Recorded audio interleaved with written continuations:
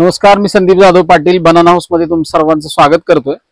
महाराष्ट्र, कर्नाटक, आंध्र प्रदेश, गुजरात अशा विविध राज्यांमध्ये आपण टिश्यू कल्चर केळी रोपांचा पुरवठा त्यासोबतचे यशोगाथा सक्सेस स्टोरीज ह्या दाखवत असतो शेतकऱ्यांचा।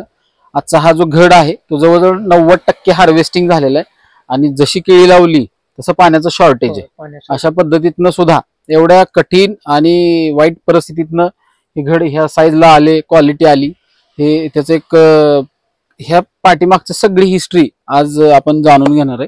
तर हे शेतकरी जे आहेत ते आहेत दशरथ रामचंद्र गायकवाड, गाव आहे कौलापूर, तालुका आहे मिरज आणि जिल्हा आहे सांगली, इथले शेतकरी आहेत। तुमच्याकडे सगळी एकूण क्षेत्र किती आहे? 7 एकर शेती आहे। बर, काय काय आत्ताच्या घडीला कुठली हॉबी पीक आहेत? आता 2 एकर ऊस लागण आहे।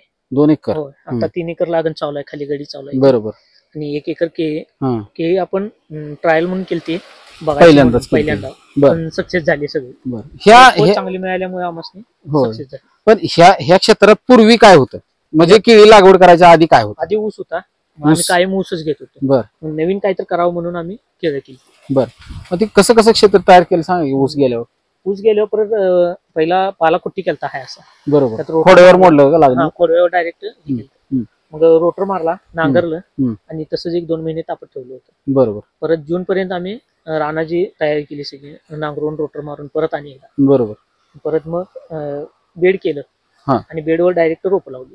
खाली लावायची ते आम्ही बेड भरून घेतला खतानं। बरोबर। शेणखत 12 ट्रॉल्या घातल्या होत्या। 12 ट्रॉल्या आणि बेड करून घेतला म्हणजे ते अंदाजे रुंदी काय ठेवली होती बेडची त्यावेळेस? एक 4.5च्या आसपास काही असेल बेड। आणि साधारणपणे म्हणजे बेड करण्यापाठीमागचा काय उद्देश होता, काय म्हणजे काय पाणी साचतंय? नाही, ऐकून माहित होतं की बेड केल्यावर जरा झाड जरा स्ट्रॉंग होते, चांगले। पण लागवड कुठल्या महिन्यातली होती?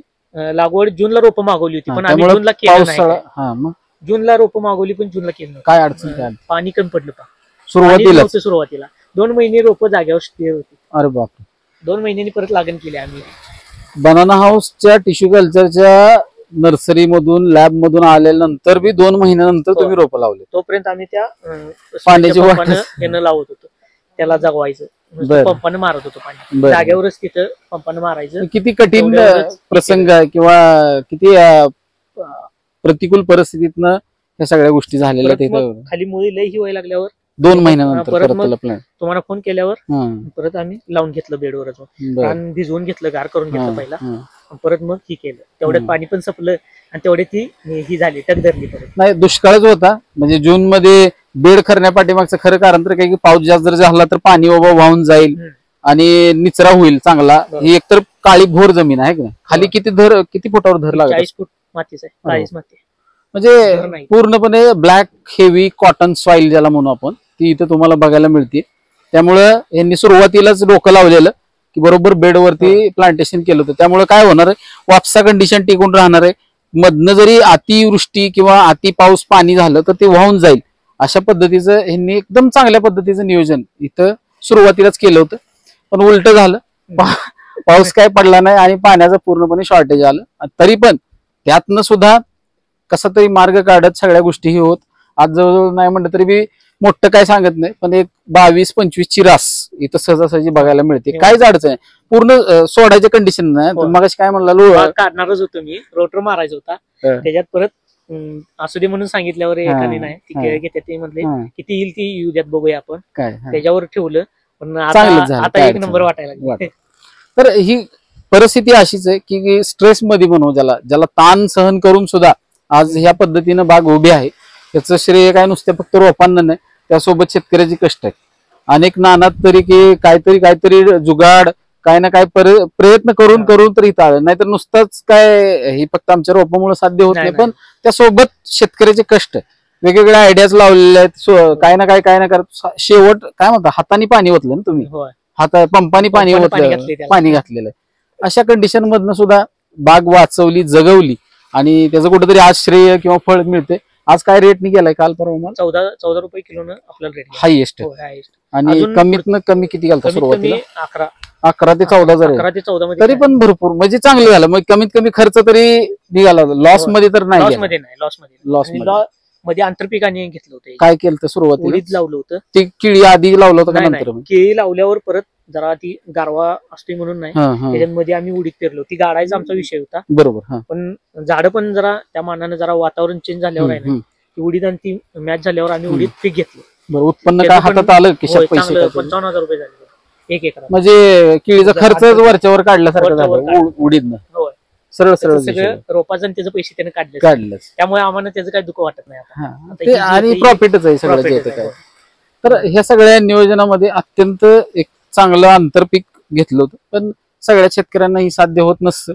सुरुवातीला ह्यांनी सुद्धा सांगितलं की ते गाडण्याचा प्रयत्न होता, म्हणजे बेवड करायच्यासाठी होता, पण त्याचं उत्पादनात रूपांतरित केलं का तर पाण्याचं शॉर्टेज म्हणा, काय अडचणी, या सगळ्यातनं नियोजन करत आलं.